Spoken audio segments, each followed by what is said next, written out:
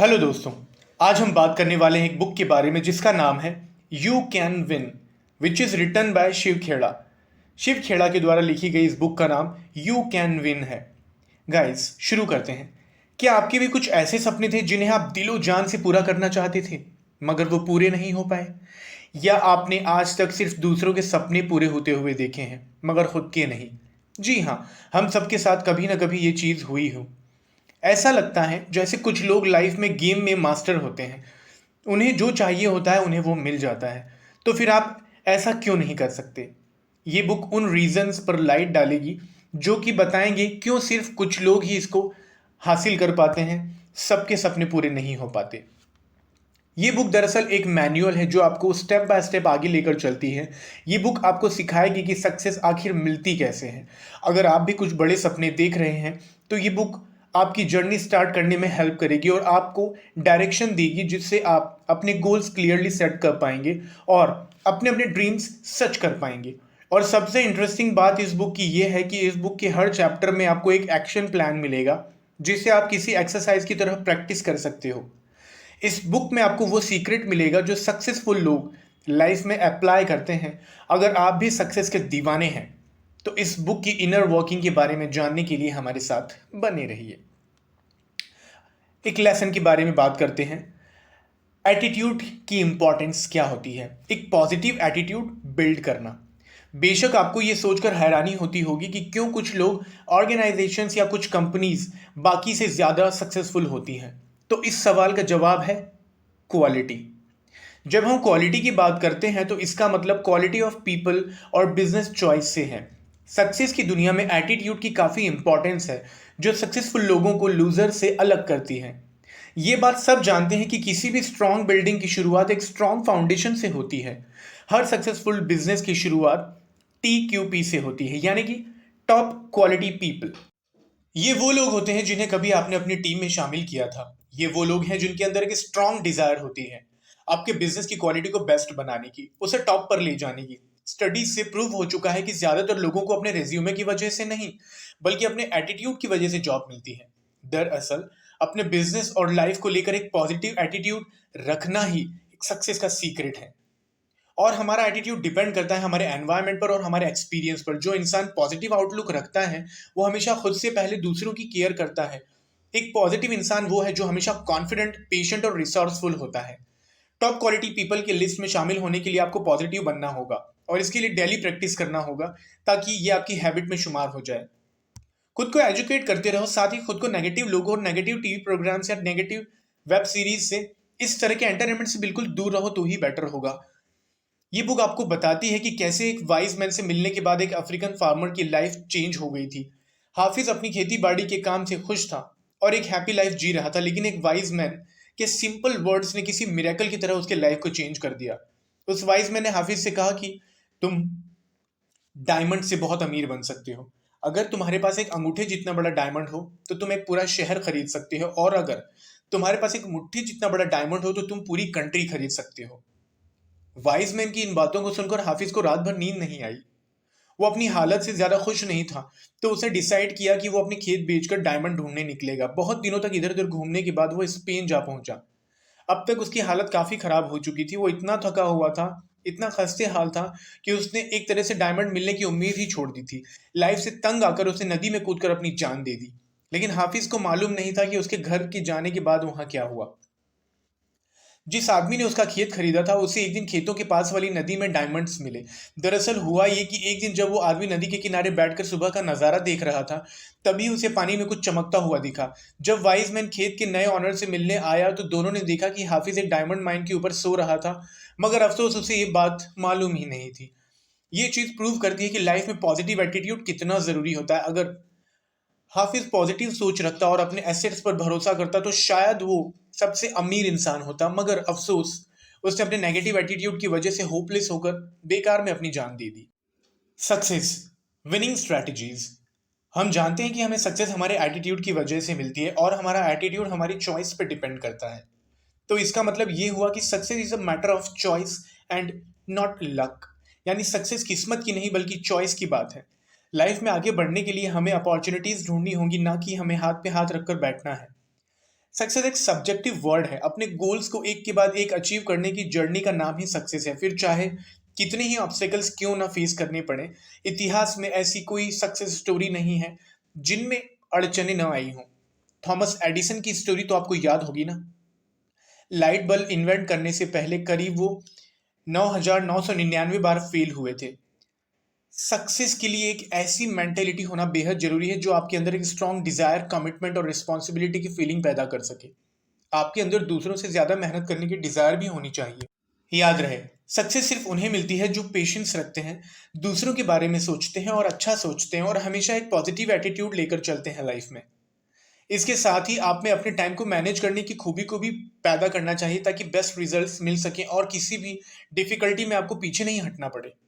ज्यादातर लोग मंजिल के बेहद करीब पहुंचकर अचानक पीछे हट जाते हैं। इसकी वजह यह है कि ये लोग उम्मीद खो चुके होते हैं, होपलेस हो जाते हैं। उन्हें लगता है कि उनसे अब और मेहनत नहीं होने वाली, लेकिन हम आपको बोलेंगे कि आप रिस्क लो और आगे बढ़ो। बिजनेस की दुनिया में कदम रखना है तो पूरी तैयारी करके साथ में आओ। लॉज ऑफ नेचर की फिलॉसफी आपके बड़े काम आएगी। अपनी मिस्टेक्स को अपना सबसे बड़ा लेसन बना लो और जो मिला है उसका शुक्रिया अदा जरूर करो। एक बार एक यंग मैन था जिसने सुकरात से पूछा कि सक्सेस का सीक्रेट क्या है। इस पर सुकरात ने उससे नेक्स्ट डे नदी के किनारे मिलने को कहा। अगले दिन दोनों नदी के किनारे बातें करते जा रहे थे कि अचानक सुकरात ने उस आदमी को गर्दन से पकड़ा और उसे नदी में डुबोने लगे। वो आदमी बचने के लिए जोर जोर से हाथ पांव मारने लगा, उसकी सांसें घुट रही थी। उसने खुद को छुड़ाने की भरपूर कोशिश की मगर सुकरात की पकड़ काफी मजबूत थी। वो आदमी पूरी ताकत से स्ट्रगल कर रहा था, उसका पूरा फेस नीला पड़ गया था। फिर अचानक सुकरात ने अपनी पकड़ ढीली कर दी और उसे छोड़ दिया। आदमी पानी से बाहर आया और लंबी लंबी ब्रीथ लेने लगा।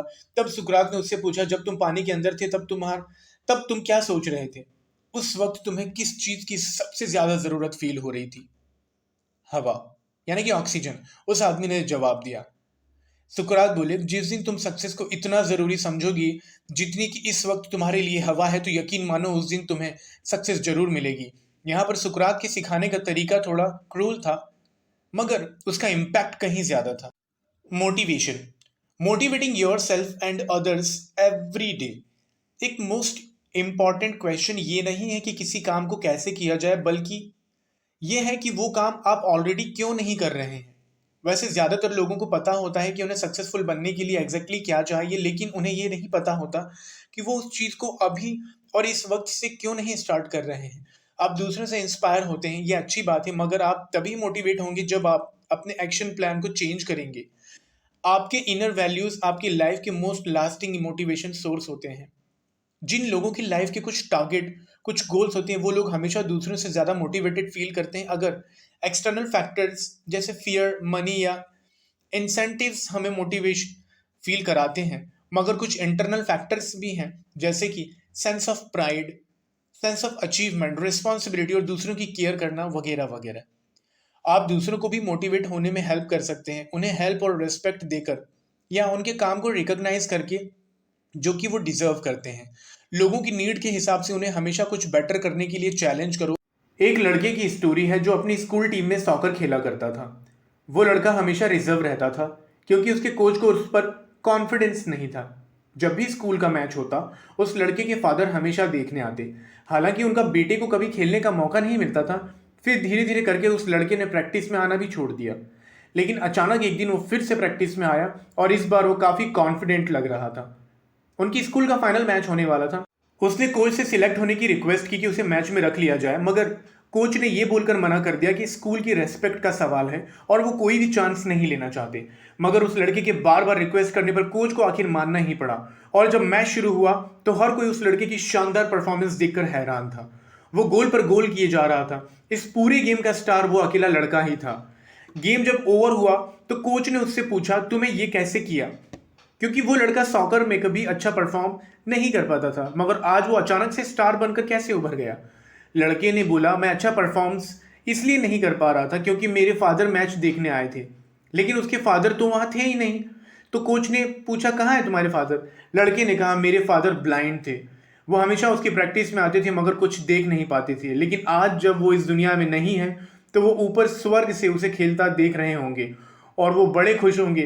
तो अगर आपके पास कोई भी स्ट्रांग मोटिवेशन है तो आप भी अपनी लाइफ के स्टार बन सकते हैं। बस क्लियर गोल सेट करो, हाई एक्सपेक्टेशंस रखो खुद से और लाइफ में आगे बढ़ते रहो। Self esteem, build a positive self esteem and image. आप खुद के बारे में क्या सोचते हो, ये चीज़ बहुत मैटर करती है। अगर आपकी सेल्फ एस्टीम चेंज होती है तो आपकी परफॉर्मेंस भी चेंज हो जाएगी। आप मोटिवेटेड, हैप्पी और एम्बिशियस फील करेंगे। आपको लो सेल्फ एस्टीम वाले लोगों को अवॉइड करना है, क्योंकि ये लोग ना तो रिस्पॉन्सिबल होते हैं और ना ही कभी अपने प्रोमिसेस निभाते हैं। ऐसे लोग अक्सर नेगेटिव अप्रोच वाले होते हैं, जिनके साथ रहकर आप भी नेगेटिव बनते चले जाएंगे और ये चीज़ आपके बिजनेस के लिए या आपकी लाइफ के लिए बिल्कुल भी ठीक नहीं है। कुछ लोग प्रिटेंड करते हैं जैसे उनका सेल्फ एस्टीम काफ़ी हाई है और लोग उन पर यकीन भी कर लेते हैं, मगर सेल्फ एस्टीम हमारे एक्शंस से दिखता है, न कि बातों से। हमें क्या पसंद है क्या नहीं, ये हमारे सेल्फ एस्टीम से पता चलता है। इसलिए प्रिटेंड करने का कोई फ़ायदा नहीं है, जबकि असलियत हमारे एक्शंस के थ्रू शो हो जाती है। आपकी परवरिश कैसे हुई है, ये चीज़ हमारे सेल्फ एस्टीम से डायरेक्टली रिलेटेड होती है। आपका एनवायरनमेंट आपकी पर्सनैलिटी को काफ़ी हद तक अफेक्ट करता है और आपकी एजुकेशन भी उतनी ही इंपॉर्टेंट रोल प्ले करती है। डिसिप्लिन भी काफ़ी ज़रूरी है। जो लोग एक फर्म बिलीफ सिस्टम के साथ पले बड़े होते हैं वो जानते हैं कि खुद से प्यार करना कितना ज़रूरी है। ऐसे लोग कभी अपनी रिस्पॉन्सिबिलिटी से नहीं भागते। डिसिप्लिन में रहना फ्रीडम के अगेंस्ट नहीं है, बल्कि डिसिप्लिन हमें एक राइट डायरेक्शन की ओर गाइड करता है, हमें सही रास्ता दिखाता है। सक्सेस का सीक्रेट ये नहीं है कि हम वो करें जो हमें पसंद हो, बल्कि जो भी हम करें उसे पूरे दिल से करें। लाइफ परफेक्ट नहीं होती। इंसान को इतना कॉन्फिडेंट तो होना ही चाहिए कि हम लाइफ में अपने आने वाली सिचुएशन को हैंडल कर सके। एक पॉजिटिव सेल्फ एस्टीम बिल्ड करने के लिए आपको अपनी पेनफुल मेमोरी से छुटकारा पाना होगा। अपने पॉजिटिव एक्सपीरियंस को याद कीजिए, अपनी लिमिटेशंस को इग्नोर करके आगे बढ़ते रहो, हेल्पफुल बनो, लोगों को कॉम्प्लीमेंट्स दो और जो आपकी तारीफ करे उसे दिल से एक्सेप्ट करो और उसकी रिस्पेक्ट करो जो आपकी तारीफ करता है। इस तरह की अप्रोच के साथ आगे बढ़ने से आपके लिए गोल सेट करना और उन्हें अचीव करना और भी इजी हो जाएगा। विल्मा काफ़ी छोटी थी जब उसे पोलियो का तेज फीवर चढ़ा। इस फीवर की वजह से उसकी बॉडी में पैरालिसिस हो गया।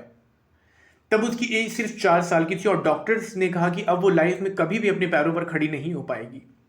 मगर विल्मा की आंखों में बड़े बड़े सपने थे, जो वर्ल्ड की सबसे फास्ट एथलीट बनना चाहती थी। डॉक्टर्स के बार बार मना करने के बावजूद भी विल्मा की माँ ने उसे सपोर्ट किया। उसकी माँ को पूरा यकीन था कि एक दिन उसकी बेटी अपने सपने सच कर दिखाएगी।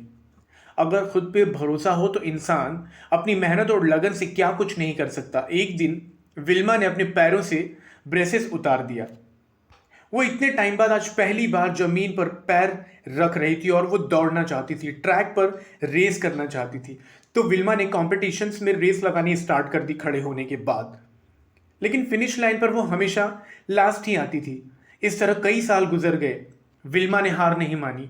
वो एक के बाद एक रेस को दौड़ती रही तब तक जब तक कि वो एक दिन जीत नहीं गई। फिर वो यूनिवर्सिटी गई जहाँ उसे एक अच्छे कोच मिले। उसने कोच से अपना ड्रीम शेयर किया तो उन्होंने विल्मा की पॉजिटिव रिस्पेक्ट पे पूरा यकीन हो गया था। विल्मा ओलंपिक्स में गई जहां उसका कंपटीशन दुनिया के सबसे तेज दौड़ने वाली लेडी के साथ हुआ, मगर विल्मा ने उस लेडी को हराकर तीनों रेस जीती और 3 गोल्ड मेडल घर लेकर लौटी। विल्मा ने वो कर दिखाया जो डॉक्टर्स के हिसाब से बिल्कुल नामुमकिन था। उसने हिस्ट्री क्रिएट की। 1960 में वो ओलंपिक रेस जीतने वाली फर्स्ट पैरालिटिक औरत थी। इंटरपर्सनल स्किल्स, बिल्डिंग अ प्लीजिंग पर्सनैलिटी।